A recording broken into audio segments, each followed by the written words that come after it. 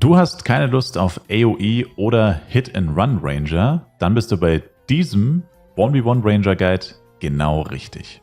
Kurz noch vorab, der Guide richtet sich wie natürlich immer eher an Free-to-Play-Spieler, Leute mit wenig Equipment, wenigen Upgrades, wenig Geld, keine oder wenig Power-Ups und kein High-Level Ringmaster bzw. andere Charakter, auf die man zurückgreifen kann.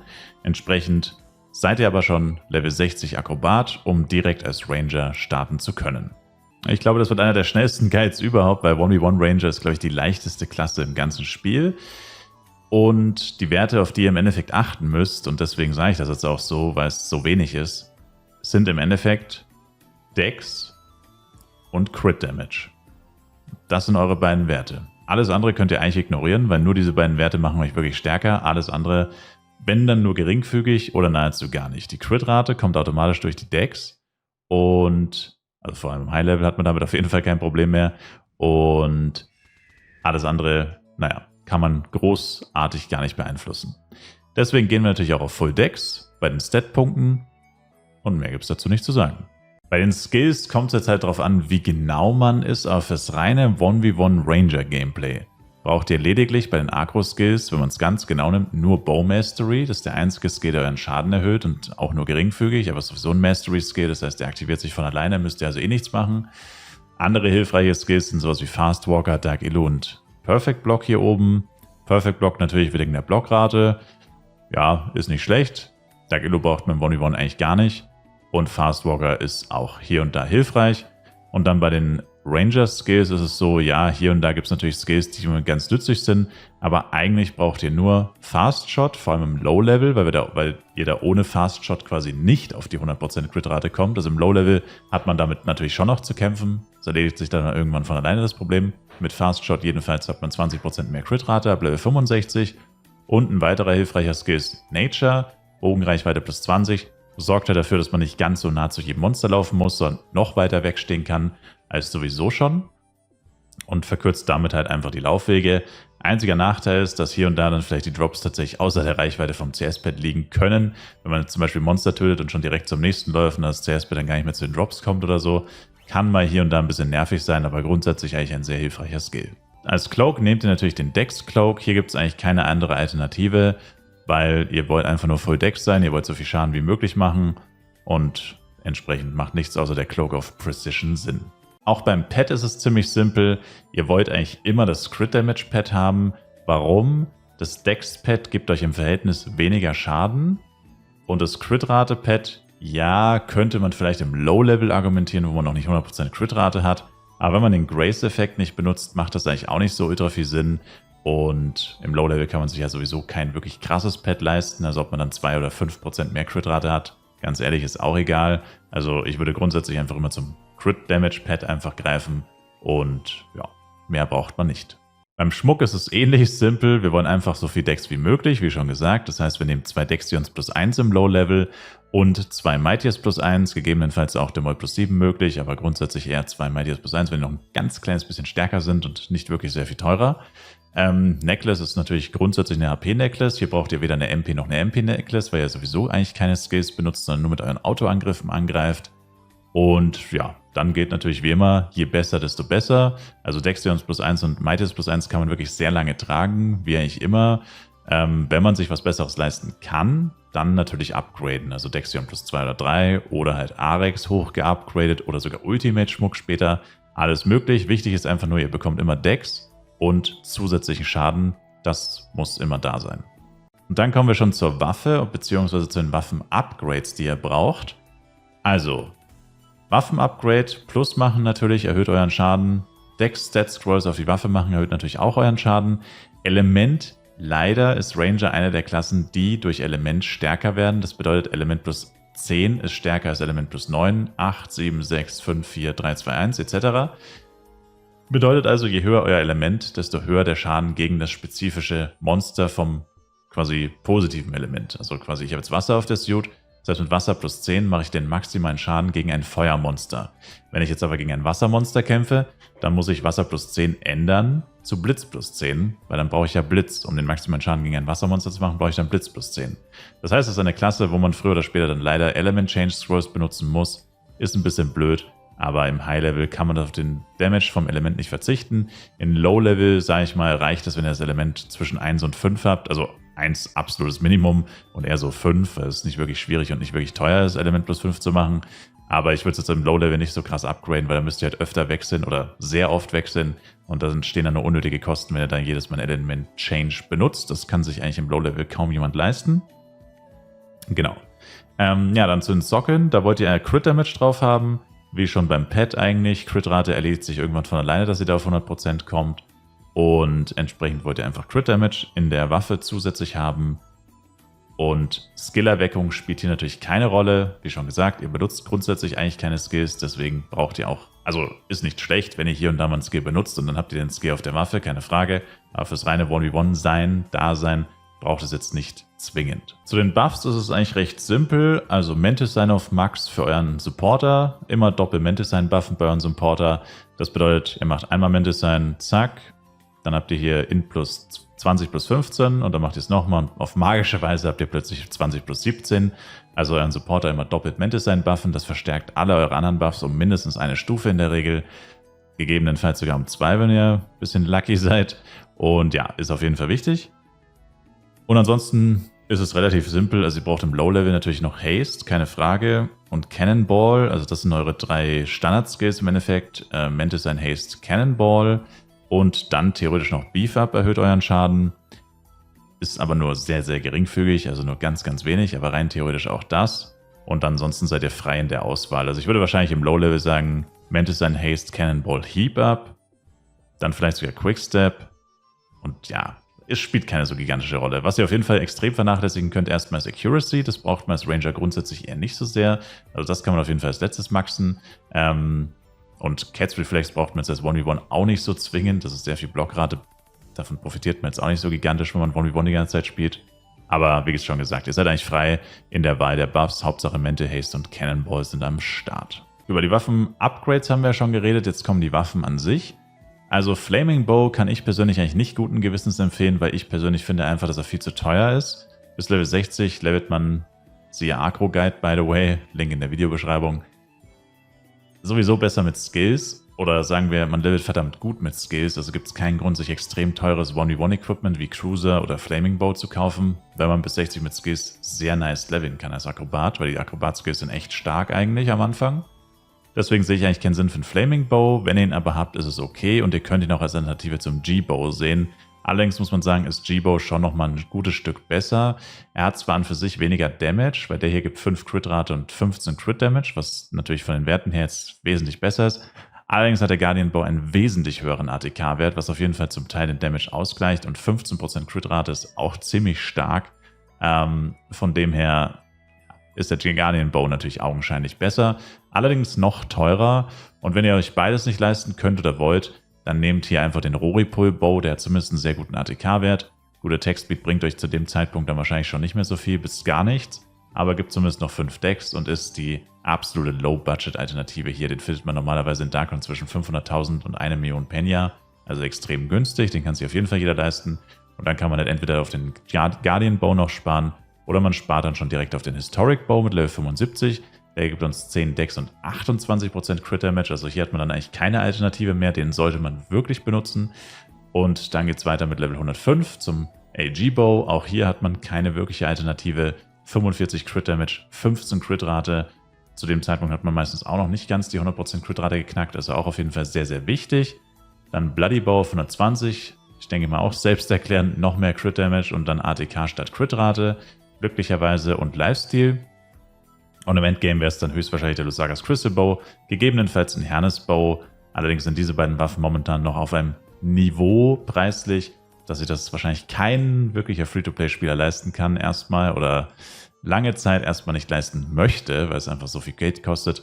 Also Bloody Bow reicht fürs Erste, aber ja, dann gegebenenfalls Lusagas Crystal bzw. Hernes Bow, wenn man dann mal im 150-Plus-Bereich angekommen ist. Zu den Set-Upgrades ist es bei Ranger tatsächlich ein kleines bisschen anders als bei anderen Klassen. Ranger profitiert von den Set-Upgrades eher geringfügig. Ich kann euch das mal zeigen. Ich habe hier ein Set plus 8 tatsächlich bei meinem Ranger. Und wir kriegen Treffgenauigkeit plus 30. Brauchen wir nicht so zwingend. Blocken plus 10 brauchen wir eigentlich nicht wirklich. HP-Rate plus 10 brauchen wir eigentlich auch nicht wirklich fürs reine 1v1-Gameplay. Alle Statuswerte plus 6, ja gut, okay, für uns im Endeffekt 6 Dex und 3% Angriffskraft. Das ist alles, was man vom reinen plus 8 Upgrade bekommt. Und da muss man wirklich sagen, das ist nicht sehr viel und das ist auch einer der Gründe, warum mein Ranger hier immer nur ein Set plus 8 hatte, weil ich einfach zu geizig war für lediglich, ich glaube, ein paar Prozent ATK sind es mehr und ein paar Statuswerte sind es mehr, wenn man auf plus 10 upgradet. Und da war ich einfach tatsächlich zu geizig für. Das war es mir irgendwie nicht wert, muss ich sagen. Und habe ich nicht eingesehen, dass ich da extra nochmal Geld investiere für ein minimales, für ein wirklich mikroskopisch kleines Damage-Upgrade. Und so ist es eigentlich auch bei Ranger. Ihr könnt eigentlich fast durchgehen, also ich meine, irgendwann kriegt ihr vielleicht mit der HP ein bisschen Probleme, wenn ihr wirklich nur mit einem Set plus 5 die ganze Zeit rumlauft. Aber rein theoretisch kann Ranger als eine der wenigen Klassen, vor allem auch dadurch, dass er von Haus aus eine extrem hohe Blockrate hat und sowieso meistens von den Monstern nicht gehittet wird. Erstens Fernkampf, zweitens extrem hohe Blockrate, drittens extrem hohe Ausweichrate. Also ist wohl die Klasse, die, obwohl sie Full Damage geht, die besten Verteidigungswerte hat. Abgesehen von Knight vielleicht nochmal, aber rein Blockrate technisch gesehen ist es insane, was ein Ranger alles wegblockt und so weiter. Und wenn man immer nur gegen einen Monster zeitgleich kämpft, hat man eigentlich grundsätzlich keine großen Probleme und braucht hier eigentlich wirklich also nicht zwingend ein Set plus 10. Andere Klassen sind da nicht so, also bei anderen Klassen macht das durchaus mehr Sinn, da nochmal auf ein Set plus 10 oder so zurückzugreifen. Beim Ranger tatsächlich nicht ganz so sehr. Also plus 5, plus 6 könnte für eine lange Zeit rocken. 4 Sockel sollte man dann halt ab 105 spätestens mal anpeilen mit 16 bzw. 28% ATK. Nachteil ist natürlich, wenn ihr euer Equipment kauft, was ich euch immer empfehlen würde, weil kaufen ist immer günstiger als upgraden, dann habt ihr halt eventuell das Problem, dass ihr kein Equipment findet, das zum Beispiel plus 5 mit 4 Sockeln ist oder plus 6 mit 4 Sockeln, sondern die meisten sagen, die 4 Sockel haben Sinn dann plus 8. Das ist einfach die Natur der Sache. Ich meine, ist es nicht schlimm, wenn ihr ein Set plus 8 habt, dann macht es natürlich, ja. Aber wenn ihr die Möglichkeit habt und ihr seht ein Set plus 6 mit 4 Sockeln, dann würde ich das auf jeden Fall nehmen. Und apropos Sets, hier sind wir auch schon. Und mein direkt erster Tipp, das habe ich im Stream schon so oft gesagt, ehrlich gesagt, ich kann es selber nicht mehr hören, es geht mir richtig auf den Sack, wenn ich das aussprechen muss. Aber wir sind jetzt hier in einem Guide, deswegen müssen wir es natürlich nochmal durchkauen. Bitte benutzt nach Möglichkeit kein Cruiser-Set. Cruiser-Set ist nicht mehr das beste Damage-Set. Es gibt eine bessere Alternative, die euch zudem außerdem noch extrem tanky macht, wodurch ihr auch easy Giants hunten und gegebenenfalls sogar Low-Level-Dungeons runnen könnt, ohne Probleme. Was mit einem Cruiser-Set absolut nicht so einfach möglich ist und viel schwieriger ist. Cruiser-Set hat einen extrem niedrigen Verteidigungswert, weil es ein 45er-Set ist. Cruiser-Set gibt 20% Crit-Damage. Und wir sind jetzt hier beim Rorient-Set. Das Rorient-Set gibt uns 10% Crit-Rate plus insane Verteidigungswerte gegen alle Monster außer Wind, 10% Crit-Rate, 10% Attack-Speed, 5% Attack-Speed und 10% Crit-Damage. Das heißt, insgesamt gibt uns das Set 10 Crit-Damage und 10 Crit-Rate, die wir im Low-Level, das Set ist von 50 bis 53, also auf 53 kann man das Set vollständig tragen, also nicht sehr viel später als Cruiser 45, das Set hier 53. Gibt uns 10 Crit-Rate, 10 Crit-Damage und 15 Attack-Speed. Das sind bessere Werte als Cruiser. Cruiser gibt uns ein bisschen Bow, ATK und 20% Crit-Damage. Aber, vor allem auf Level 45, aber auch noch auf Level 60, haben wir eigentlich sowieso noch ein relativ, in Anführungszeichen, starkes Crit-Rate-Problem. Also sind auf jeden Fall noch weit von 100% entfernt. Das heißt, diese 10% Crit-Rate von dem Rorient-Set, die helfen uns tatsächlich dabei, nahe oder näher an den 100% Crit-Rate-Wert zu kommen, was ziemlich wichtig ist, geben uns trotzdem Crit-Damage. Und gegebenenfalls, was sehr unwahrscheinlich ist, aber falls doch, hätten wir sogar auch das Attack-Speed-Problem gelöst. Sollte zu dem Zeitpunkt noch ein Attack-Speed-Problem bestehen. Auch das, wie gesagt, sehr unwahrscheinlich, vor allem als Ranger, aber könnte ja aus irgendeinem Grund tatsächlich sein. Und diese Probleme beseitigt man. Zudem bekommt man noch die extremen Verteidigungswerte. Und rein Damage-technisch sind 10% Crit-Damage und 10% Crit-Rate besser als 20% Crit-Damage. Nach dem Rorient-Set oder Rorent-Set, wie es auch genannt wird in einem anderen Geschlecht, geht es dann weiter auf Level 90. Also hier kann man dann durchaus meiner Meinung nach auf das Astren-Set wechseln. Vor allem wenn das eigene Rorient-Set höchstwahrscheinlich nur plus 5, 6 mit 3 Sockeln ist, kann man hier durchaus wechseln und sich ein vergleichbares von den Upgrades her Astren-Set besorgen. Hier haben wir nämlich Bow Attack plus 100, 10% Crit-Chance behalten wir und unsere 10% Crit-Damage upgraden sich auf 30% Crit-Damage, also 20 mehr als mit dem Rorient. Also schon ein immenses Upgrade auf jeden Fall. Das heißt, das Set würde ich eigentlich nicht skippen. Viele sagen, man kann es easy skippen, auch mit Cruiser. Na, ich meine, es ist einfach objektiv wesentlich besser. Und von Level 90 auf 105, das sind 15 Level, wüsste ich jetzt nicht, warum man das Set unbedingt skippen sollte. Und wie gesagt, wenn ihr eh mit Low Upgrades unterwegs seid, auch dieses Set wieder plus 5 machen mit 3 Sockeln gegebenenfalls, ist jetzt kein großes Problem. Auf Level 105 allerdings müssen wir wieder wechseln, da Crit Damage 45, Dex plus 15, Crit Chance plus 15, haben wir hier wieder eine deutlich bessere Alternative mit dem Tyrant. Wie schon gesagt, müssen wir leider wechseln eigentlich. Dann Fitzelf auf 135, same thing, wieder mehr. Gut, Crit-Rate spielt zu dem Zeitpunkt dann keine Rolle mehr, aber wieder mehr Crit-Damage, Dex und hier kriegen wir sogar noch ATK oben drauf. Und beim 150er Set ist es dann ähnlich, das Wing Walker oder Wing Wander Set. Gibt leider wieder mehr Crit-Rate aus irgendeinem Grund. Gibt uns 25 Dex, gibt uns noch diesen Poison-Effekt zusätzlich, wo man Monster vergiftet. 65% Crit-Damage und 10% ATK. Also das hier ist dann natürlich das Nonplusultra Ranger-Set, das man irgendwann haben möchte. Zum Gameplay. Es ist ziemlich simpel, wie ihr schon seht. Ihr müsst einfach nur ein Monster doppelklicken oder anklicken und F1 drücken, je nachdem wie ihr so spielt. Macht einfach nur Auto-Text die ganze Zeit, habt normalerweise ab einem gewissen Punkt, so 105 bis 120, irgendwo in dem Bereich hittet man irgendwann die 100% Crit-Rate. Also ich habe jetzt hier sogar 120% Crit-Rate, das heißt, ich kann mir Fast Shot komplett sparen. Ohne Fast Shot könnte es knapp werden, aber mit Fast Shot hat man da wie gesagt eigentlich irgendwann keine Probleme mehr und selbst ohne Fast Shot schafft man irgendwann die 100% Crit-Rate. Hat man, wie gesagt, also keine Probleme. Und ja, ihr seht aber schon, hier, das Penya liegt jetzt tatsächlich außerhalb der Reichweite von meinem CS-Bett. Das ist das, was ich vorhin schon angesprochen habe. Wenn ich jetzt in die andere Richtung laufen würde, weil hier drüben keine Monster mehr sind, würden meine Drops liegen bleiben. Das ist das Einzige, was ein bisschen nervt bei Nature, vor allem als 1v1. Deswegen finde ich auch, ist es eigentlich gerechtfertigt, wenn man sagt, als 1v1, ach, ich mache Nature lieber nicht, weil dann hebt mein Pet normalerweise meine Items eigentlich immer auf. Mit Nature ist halt die Chance hoch, dass die Mobs so weit wegsterben, auch durch Crits und Knockups und so, dass halt die Drops dann außer Reichweite liegen. Was natürlich ein bisschen blöd ist und ja, kann man auf jeden Fall nachvollziehen. Also Nature braucht man jetzt einfach nicht zwingend fürs 1v1 Gameplay. Fast Shot, wie gesagt, kommt drauf an. Im Low-Level immer, im High-Level dann irgendwann nicht mehr. Und ja, Perfect Block, ihr seht, wenn man einen guten Damage macht, wird man von Monstern normalerweise nicht gehittet. Zugegeben, ich bin jetzt gerade bei ziemlich niedrigen Monstern. Ich weiß, aber das ist jetzt auch nur zu Demonstrationszwecken und ohne Link Attack und alles drum und dran. Deswegen, ja. Läuft auf jeden Fall. Also es ist ein sehr entspannter Spielstil. So, da kann man halt wirklich nebenbei komplett abschalten. Fast schon halb einschlafen kann man dabei, weil wirklich nicht viel passiert und man außerdem extrem sicher ist. Also auch Blockrate technisch habe ich es ja, glaube ich, schon ein paar Mal erwähnt. Wir haben 89% Blockrate gerade, 75 ist Cap. Das heißt, ich bin 14% über der Blockrate, über dem Blockrate-Maximum. Das heißt, ich werde nahezu jeden dritten von 4 Schlägen, immer 3 von 4 und jeden vierten höchstens nicht blocken von den Monstern, Schaden, den ich bekomme.